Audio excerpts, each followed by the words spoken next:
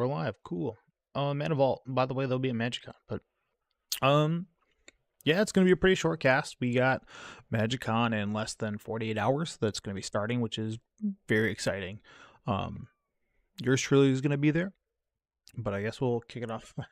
You hear my cat. I'm not here with my castmates today, and that's okay. I figured I would like to get something out today, as far as that stream goes, but realistically, I'd be remiss if we didn't talk about some of the Final Fantasy stuff that came out, and then alongside that, some of the stuff that's going to be exclusive to MagicCon Chicago, plus the secret layers they've been dropping. So all that stuff is cool, but I mean, really, the meat and potatoes of today's episode are short, if you will, because this is episode 187 and a half. Or if those Final Fantasy lovers are out there, 187-2 for the X2 abomination of a game that was. But with that being said, yeah, they had a really cool announcement this week, and with those announcements, kind of getting the first look of Final Fantasy, which is what you see up here.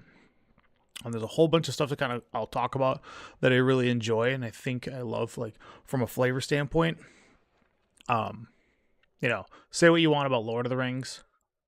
I think this set is going to be the best-selling Magic set, and it's going to lapse Lord of the Rings and kind of embarrass it. And this is only based on the first look, right? The coolest part about this set, too, is it is a standard legal set. So we will be seeing these things in standard, and then, there's 4 commander decks coming out along with it, so I think that's great. You can pick up all 4 and play it against one another and kind of get that. From what I understand, the Final Fantasy is going to be looking through games 1 through 16, which I have not really paid attention to any Final Fantasy beyond 10. So my knowledge stops there. I know more fans I've probably played it in more recent years, but pretty much the last interaction that I've had with Final Fantasy, and it may sound a little embarrassing, but is Kingdom Hearts. And Kingdom Hearts did a really good job of referencing kind of older games, and they're hits of 7 and 8 too. But the ones that I remember fondly or a big fan of, I love Final Fantasy 1. And I think at the time when I played it, if I'm not mistaken, it was Final Fantasy 4 here in the United States, but it was actually in Final Fantasy 6. I could be misspeaking on that, or yeah, most likely. I wish I knew better. I just remember playing it on the PS1 because it came out on disc, and I think it came out with 3 and 4 were on 2 different discs, and then Final Fantasy 7, which is the tried and true, probably the one that broke the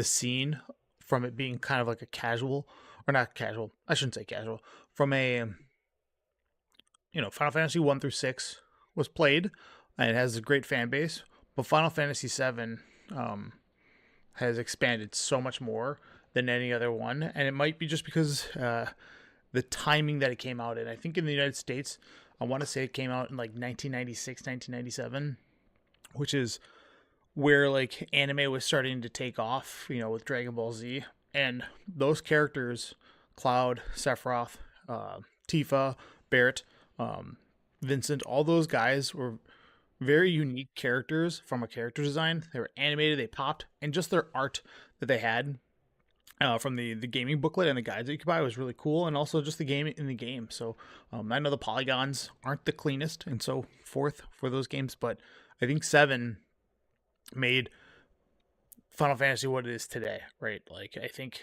maybe it would have been a forever going series, but 7 really popped it. So every time that they stick Cloud or Sephiroth into something, the whole world gets hyped, and it's like, to me, like, that was like my first exposure to like an anime swordsman that I thought was incredibly cool, and the idea that there was kind of between Cloud and Sephiroth like this polar opposite of just like this incredibly ridiculously long blade.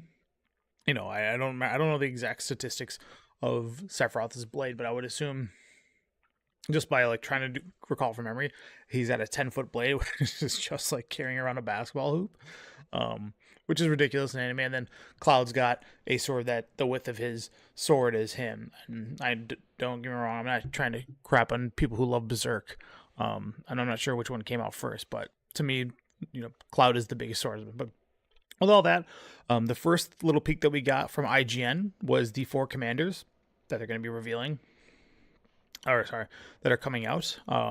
And man, these, I'm not going to lie. So I'm going to click on Terra right away.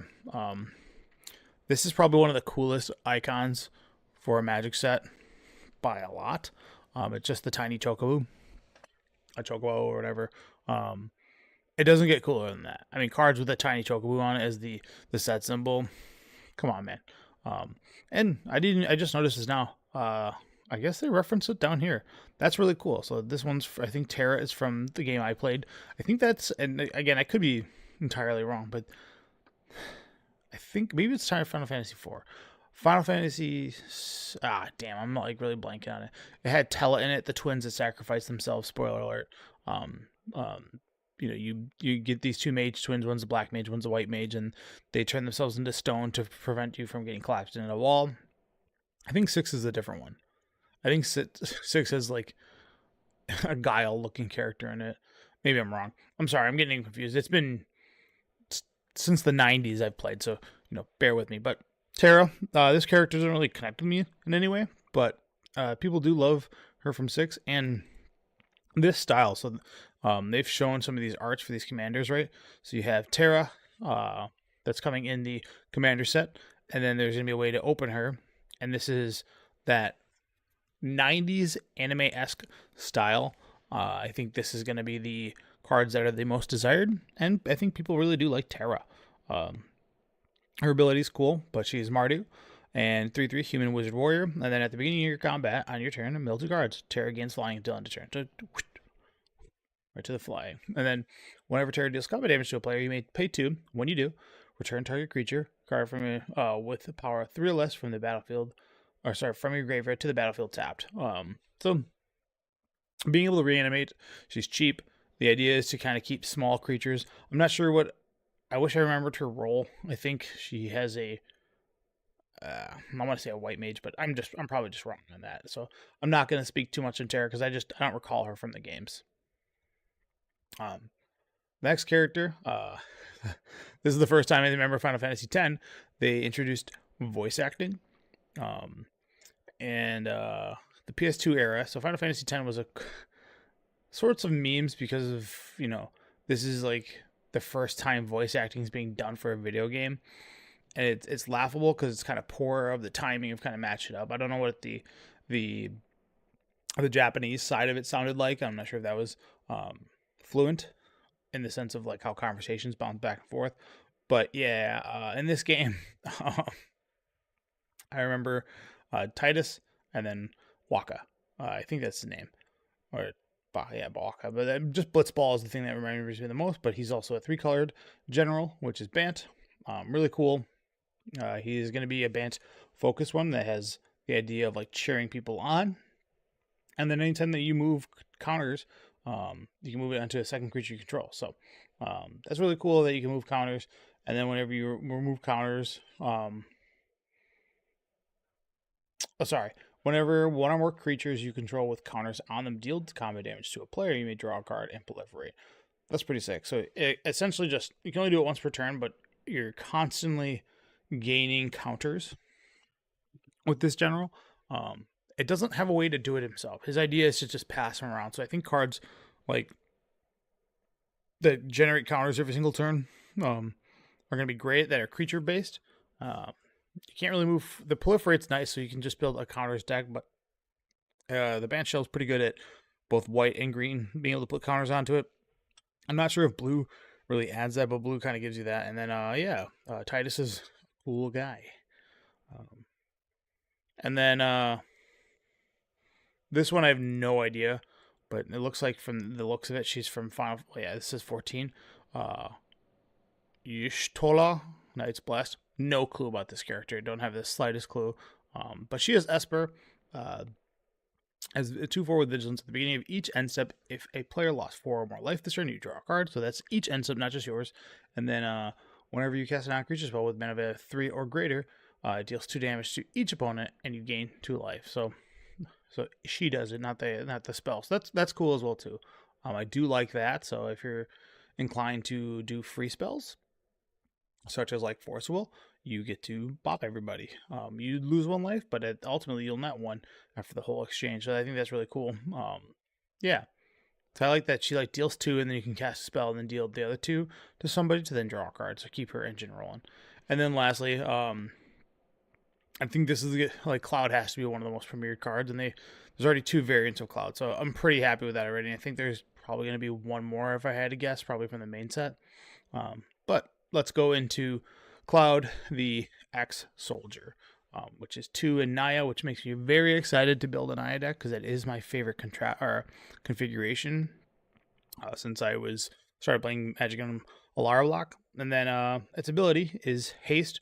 Whenever it enters, you may attach up to 1 equipment you control to it. And then whenever Cloud attacks, draw a card for each equipping attacking creature you control. Then, if Cloud has 7 or greater, or power 7 or greater, create 2 treasure tokens. So, yeah, this is going to be an equipment themed deck, clearly. I do like living weapons with this card specifically. No, this card can't cost 3. Sorry, Jeff. But I am excited for this card. I like it a lot. It's already silly that like Colossus Hammer just puts us up to 14 right away. I hope this entire theme of this deck is just focused on power 7 or greater, which is thematic because he's Final Fantasy 7, and that's a good number for that's a good number for EDH for general damage, because then you only have to swing with Cloud 3 times. So if you want to get a double attack step and get him up there, I think everybody here is waiting on what the Buster Blade is going to be, or the Buster is it Buster Sword or Buster Blade? It's Buster Sword. We're all waiting on to see what that is. I hope what they do with the equipments in this set, specifically for the Cloud, not entirely, but maybe for this deck, I would like to see like the Buster Sword give like +3/+0 and be cheap, and then you have to do something with it to then transform it. And then I don't remember what Cloud's final sword is, but if it would transform into like the last sword that he would get, I think that would be pretty cool. Kind of like a level up sword. I don't think there's really an ability to like make equipment have level up on it, because the text box doesn't really work unless you were to like make it look like a saga, and then you kind of lose that whole sword identity. But I would like for that to exist, if that makes sense. Other than that, if you just give him the Buster Sword, yeah, Omi Slash better be a spell. That's a pretty big one. I think, if I'm not mistaken, Cloud has like 4 meters. I forget the limit break effect things. I remember like one of them was like three swords going out and getting everybody, and then I remember Ami Slash because it's like the iconic one, right?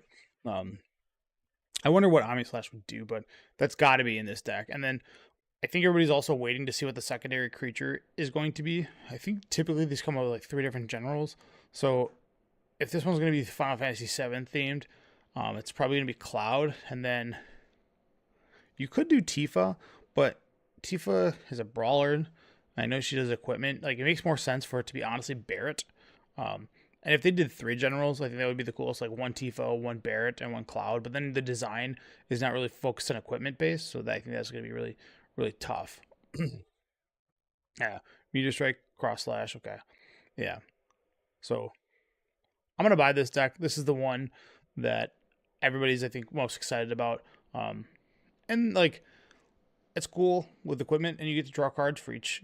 The fact that it ETBs and then you get to attach it right away, and it has haste, so it's coming out brawling. So find your baddest equipment. Colossus Hammer is the biggest one so far, which is thematic, but maybe they'll do like a reskin of Colossus Hammer, which is like a Buster Sword. So I would be pretty excited for that one.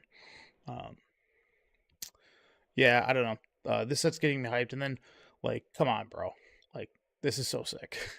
Like, the way this looks, like, these are going to be highly sought after. And we don't really know if any of these yet. This is weird that they have such different numbers. I guess I don't know the difference between this one and this one. Is this just like the stamped version of it? Who knows? Anyways, these versions are going to be highly desirable. I think that's a great call. This just looks cool too. Like, come on, dude, big anime swordsman. What else do you want? And then there is a starter deck that is a learn to play, which brilliant. Love that they did that. That it features both Cloud and then Sephiroth, which is the probably the most notable battle against 1v1. This is a low powered deck, so these cards are like not meant to be great, but it's a starter kit. So those who have never played Magic, who are Final Fantasies fans, well, you get to buy this thing and learn how to play against each other with these. So it's going to be pretty simple.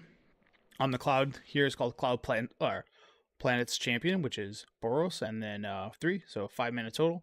And then during your turn, as long as Cloud is equipped, it has double strike and indestructible.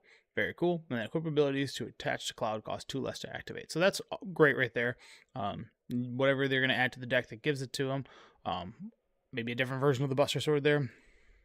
And then you have Sephiroth, which again, if you look at the Sephiroth, like whatever Sephiroth that comes out in the main set or in a supplementary product has to be absolutely awesome, because it's one of the like most known video game villains in all of like video games. You know, like I would say Bowser's probably more well known, but it's just up there for one of those well-known video game characters.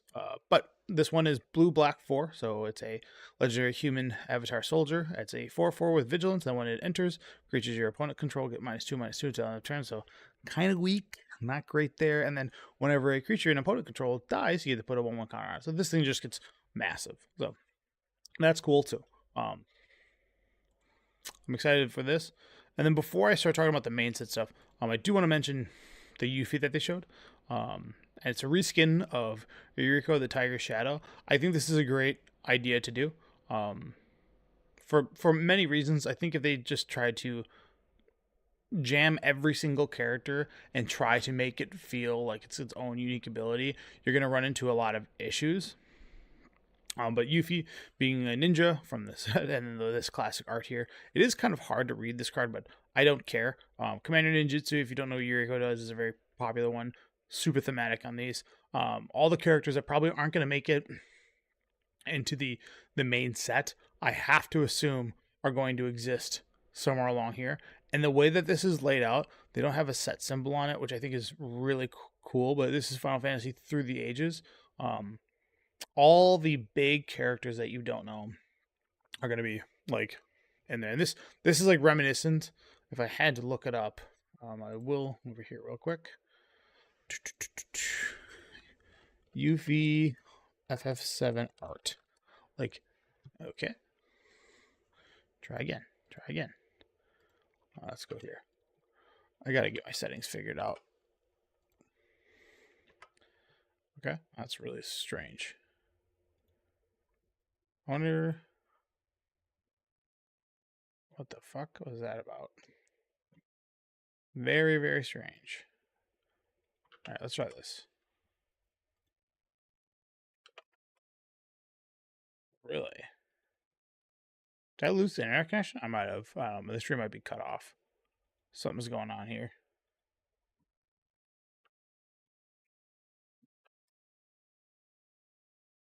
Huh. What if my firewall's up? Anyways, that shouldn't be stopping any of that stuff. Okay. All right.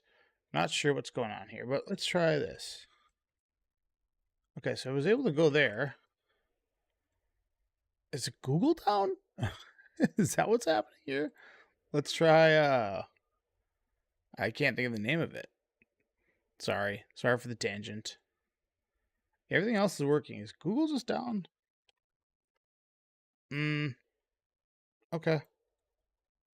Let's try a different browser, I guess, but whatever. Sorry, I'm just getting back to Yuffie. This is very strange.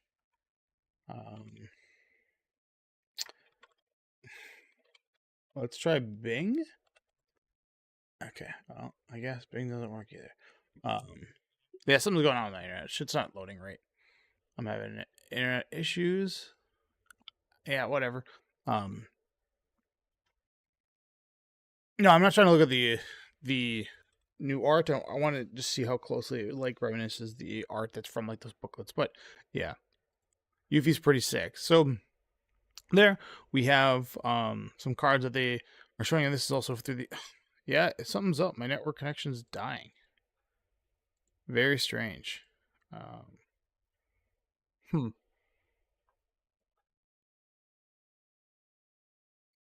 That's really weird. I'm not still. What is going on?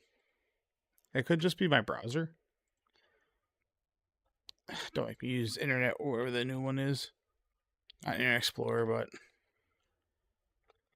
I can't remember the name of it. It's like Microsoft Edge. Let's see if that one works better.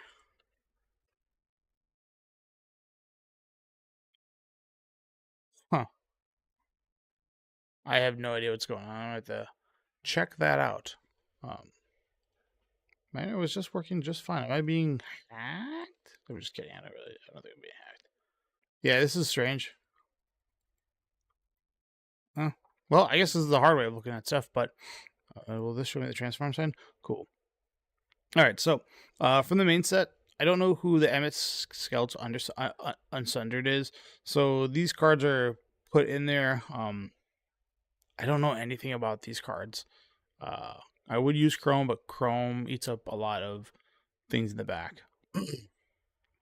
This card transformed. I like that there's the transformity. Tunberry, I was hoping this card would be a little bit more impactful. I'd rather have this card be like a 10-mana card that's like a 1/1, and then you can keep the inches, stunned. But yeah, love this card. Chef's Knife. A Chocobo, a baby Chocobo. I don't know who Saz is. I wish I remembered, but I don't. Settings from Final Fantasy VIII. I probably need to go back to play that game. I remember Sid from that game. Who was like, or sorry, not Zed. Zed and Squall are the big ones that I remember from that game. But this Chocobo, green for a 0/1 bird, and it has landfall. Whenever a land enters, it gets a 1/1 counter. Pretty cool. I like that idea a lot. I think Garland, who's an uncommon legendary creature, which is probably something that's going to be really hard for them to do to get everything into the game, is insanely hard going to be. But Garland, Knight of Cornelia. It's a Rakdos, so red and black for just for 2 mana value. 3/2, and then whenever you deal or cast a non-creature spell, great. Surveil 1, pretty powerful if you ask me. That reminds me a ton of what's the other card?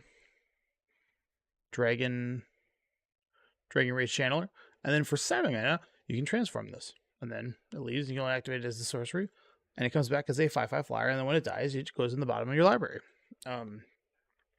Yeah, I remember this card or not this card. I remember this character from Final Fantasy 1. This is the end boss. So I'm gonna talk about Jumbo Cactuar in a minute, so don't you worry. Cecil. Think it's really cool thematically. 1 mana, 2/3, Death Touch. Then whenever it deals damage, you lose that much life. And then if your life total is less than or equal to half your starting life total, untap it and flip. So I like the idea that this and comes there. This is probably the one I played. I'm trying to remember. I think so. And then when it attacks, other attacking creatures gain indestructible until end of turn. Pretty powerful 1/1. 1 mana, 2/3 that doesn't enter the battlefield tapped, has Death Touch. Pretty incredible, man. Yeah, I think that's really cool. Cool general to have 2, though you have to hurt yourself to get it to transform. More or less, as a constructed card, this is one of those like dangerous. Thankfully, it's when it deals damage, not like when it's dealt damage. So it's not like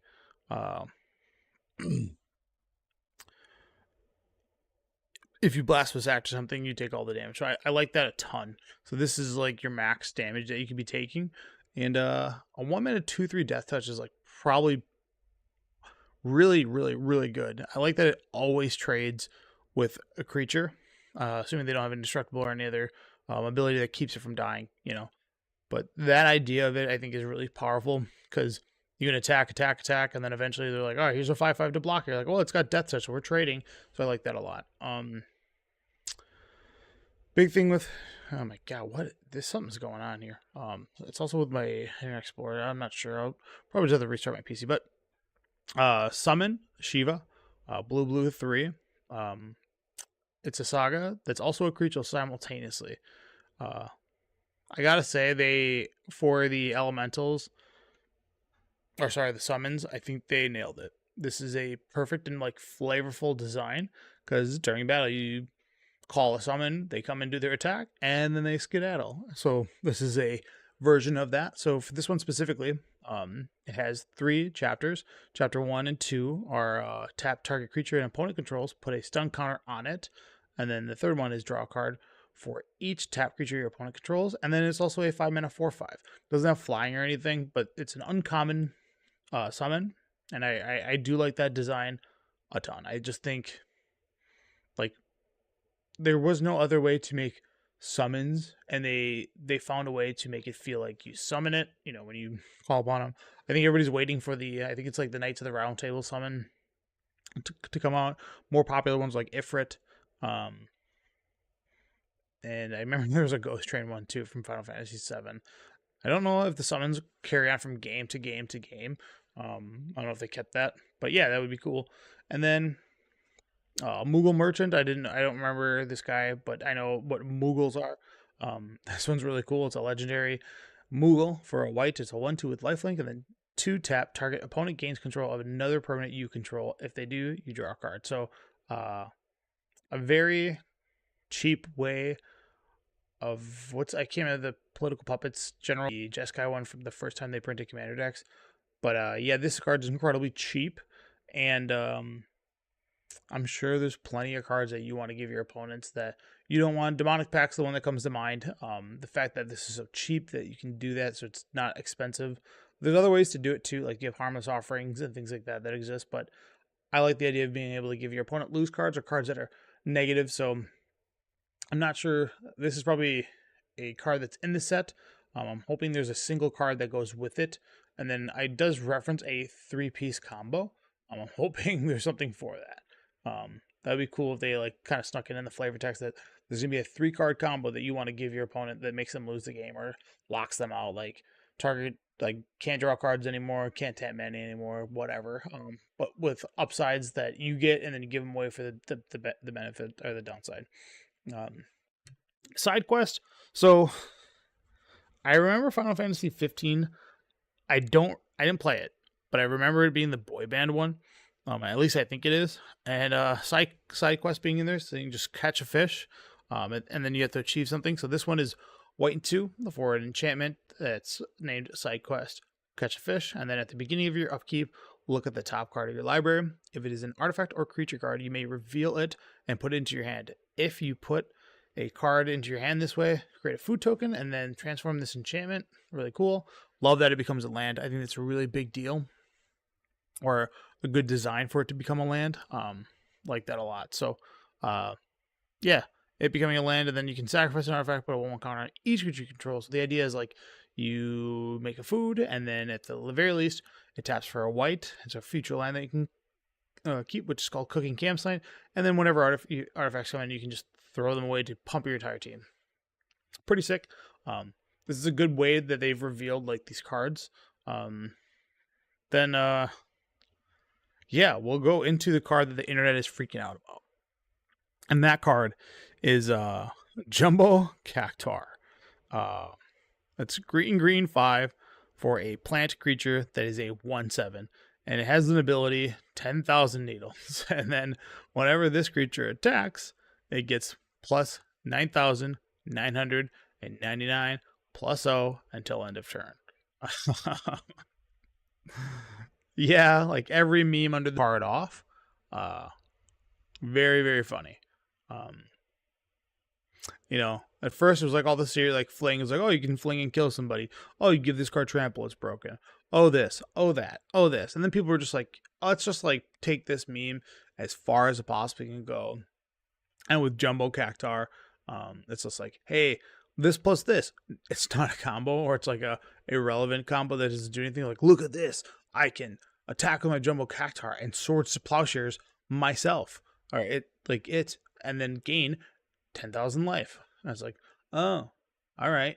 Like, very funny. This card's really cool. I'm gonna love people building this in their deck, and it's very funny to see, like, it's hard to tell what people are doing on the internet, but it's like, are they memeing? Is it hilarious? Like what are they doing? And then the more you kind of look into it, a lot of people are just kind of having fun with the meme.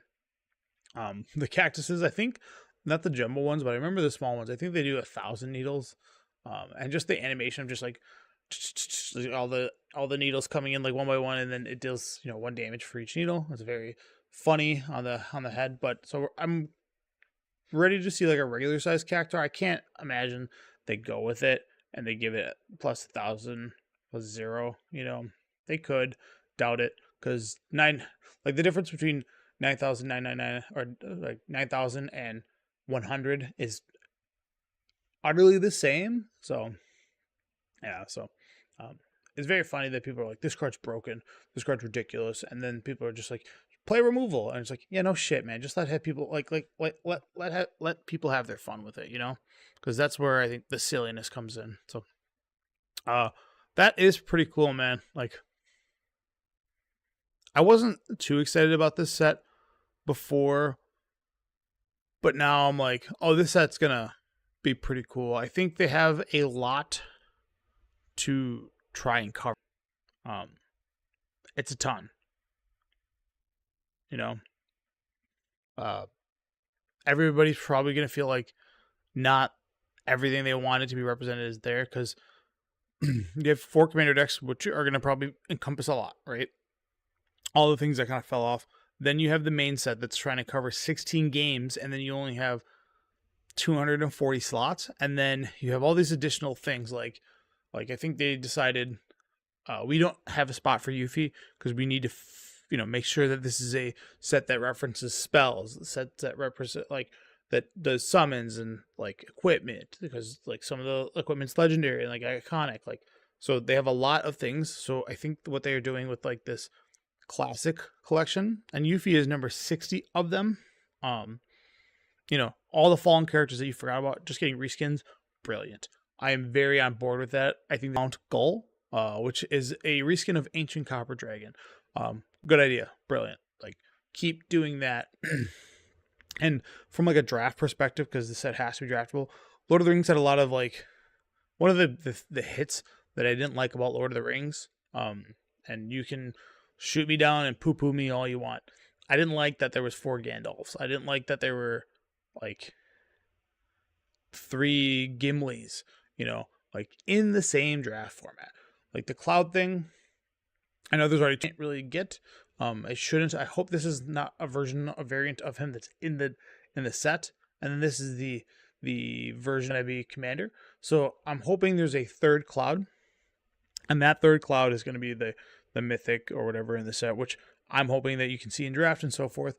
And Final Fantasy, they have 16 games to pull like legendary things from, right? We have every game, not every game, I shouldn't say that, but like most of the games have a huge plethora and a cast of people. Like I think Final Fantasy, if I had to go off the top of my head, it's like Kate Sith, Cloud, Yuffie, Sephiroth, Barrett, Tifa, Vincent, Red 13. I think there's probably more, but those are the ones I can think of off the top of my head. That's 8 legendary creatures right there, and that's going to mean like that's 8 creature slots that have been taken up, right? And now do the same thing for 8, 9, 10, 6, 5, 4, whatever. Because I think I know for a fact, the first game didn't have characters. You just got to choose classes, because fighter, I think if I remember the classes entirely, it's like white mage, red mage, black mage, fighter, thief, and I think there's he's like a melee class. It doesn't use whatever. I think those are the 6 original classes. I can't remember the 6th one. Fuck, I'm blanking on it. Black belt. Maybe it's called black belt. I don't remember. But those roles, maybe there's another class besides that too that I'm missing. But like in future games, you got like Beastmaster and more classes came because that was cool. But I think the basic characters that are in the game will have like a your uncommon or common creature will be fighter, whatever, and all that stuff. So that's where you kind of get that cool stuff. And then there's also like goofy inside jokes, but I think what would be, 1 through 16's a lot, right? That's so much content, so many things to cover. So things are just gonna get left on the chop, on the chopping block, and yeah, that's the way it is. But for those, like I said, it's gonna be really excited I'm excited for this. Can't you? Yeah, I have no idea what's going on with this.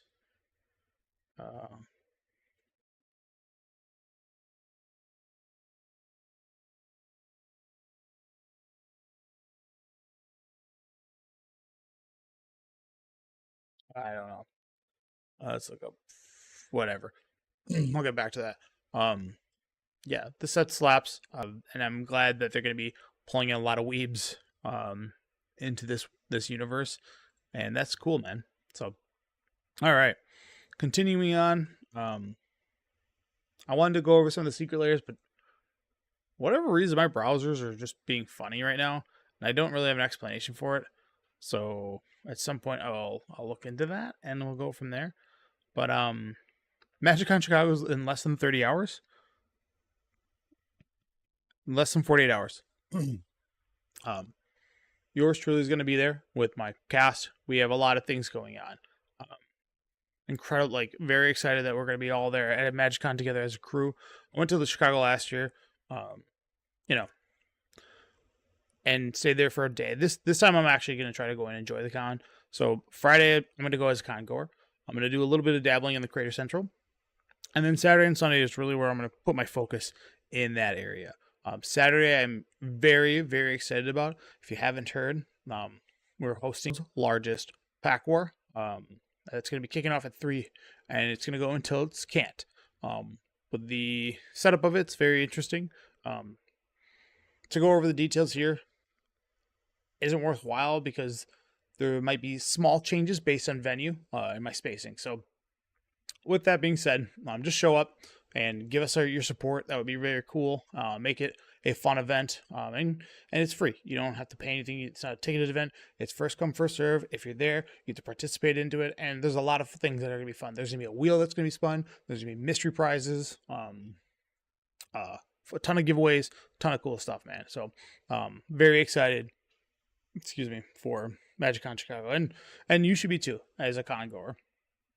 And then we'll do our meet and greet on Sunday at 3 o'clock, and then we'll go from 3 o'clock to 4:30, and we'll be there to close down the show, man. So I think that's really cool too. And also, if you don't know this, the Pro Tour is happening there, so I think that's also awesome. I really do like that these Magic Cuts. Oh, I should mention D&D's also gonna Dungeons and Dragons gonna be there too. So those that are Dungeons and Dragons fans, I like that the worlds we've had a D&D set, and like Magic the Gathering stems from D&D because the initial design was the idea that you and friends could play Magic the Gathering in between Dungeons and Dragons sessions. So I think that's like one of the coolest things that like Magic was like this design of what we'll do this between sessions.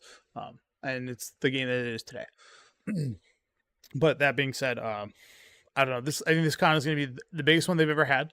And in terms of like things going on, there's a lot of guests such as ourselves will be there.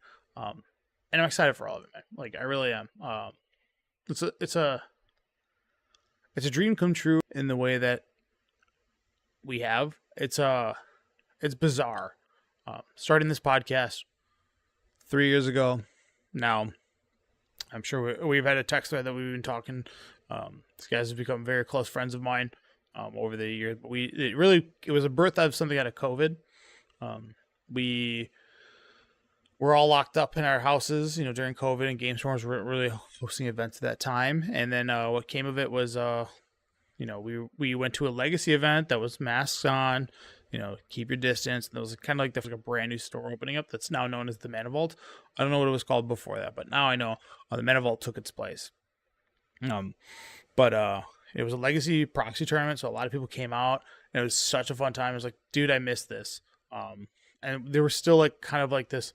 Nobody's really going out to stores yet. It's still kind of like tender, and people are scared. I shouldn't say people are scared. It was just people were being cautious.